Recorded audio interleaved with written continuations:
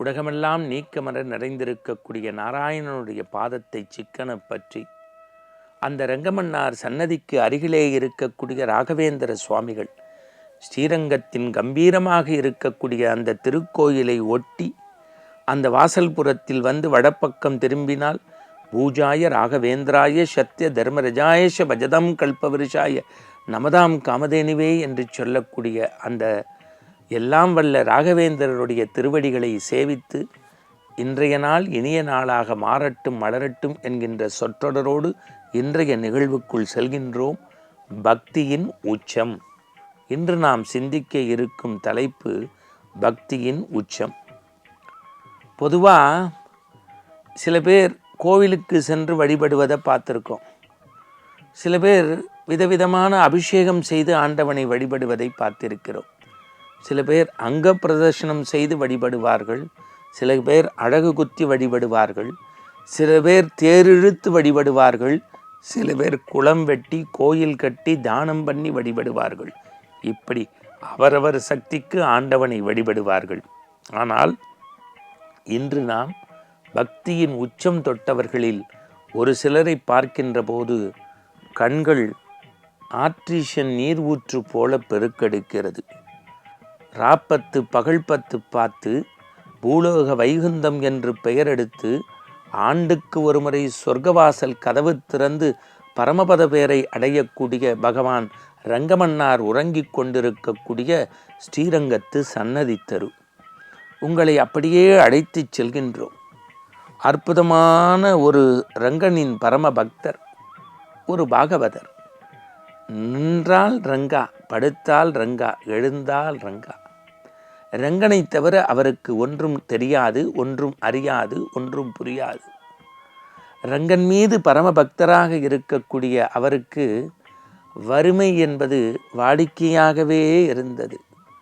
அதுவும் நாட்கள் செல்ல செல்ல 2 நாட்கள் 3 நாட்கள் இருந்த பட்டினி நாளெல்லாம் தொடர்ந்தது. ஆனாலும் ரங்கமன்னாருக்கு மட்டும் நாள்தோறும் திருமஞ்சனம் நடப்பதில் குறையில்லை. மணியெடுத்தால் அக்காறு அடசலுக்கு அளவே இல்லை.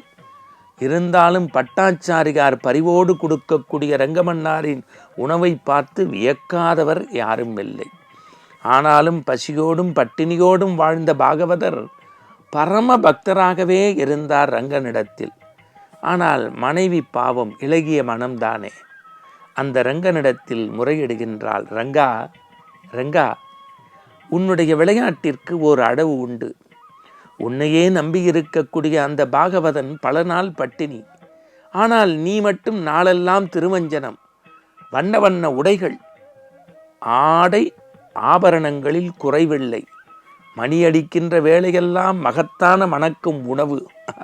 உன் பக்தர் இல்லை, உன் பித்தர் பசியால் பட்டினியால் பஞ்சத்தால் வாடுகின்றான். உன் கருணையே கருணை என்றது. மதிய உச்சிக்கால பூஜைக்கு முன்பு பட்டர் பிரசாதத்தோடு வருகின்றார்.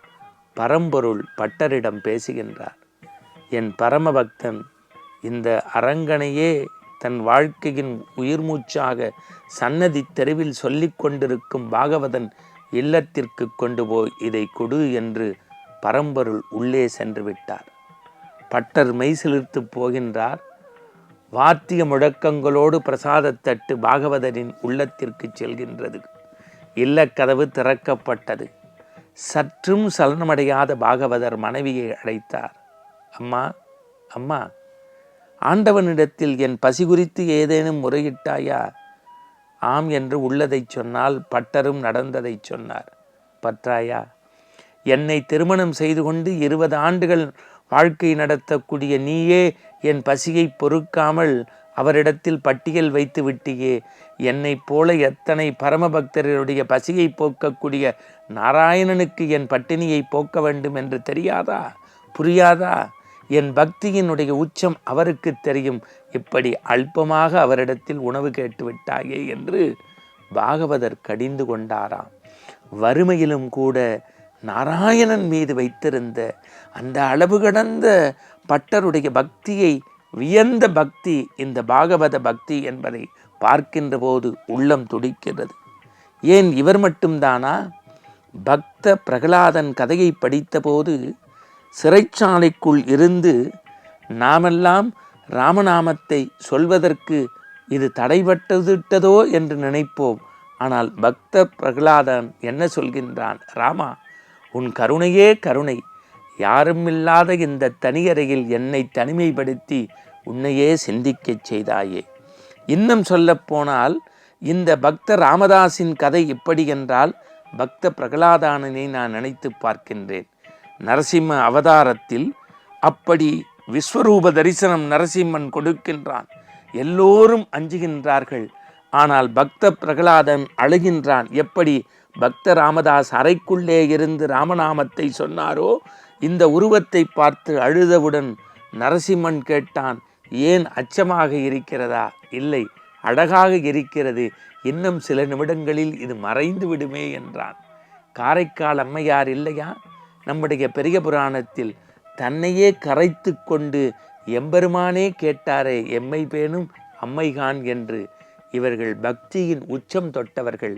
நாம் உச்சம் தொடாவிட்டாலும் உள்ளன்போடு பக்தியை தொடுவதற்கு அறம்படி நடப்போம், மனிதநேயத்தோடு வாழ்வோம். நாமும் பக்த பிரகலாதானனாக, பக்த ராமதாஸாக, பட்டரை போல, பாகவதர் போல ஆவதற்கு முயற்சிப்போம். மீண்டும் நாளை சந்திப்போம். வணக்கம்.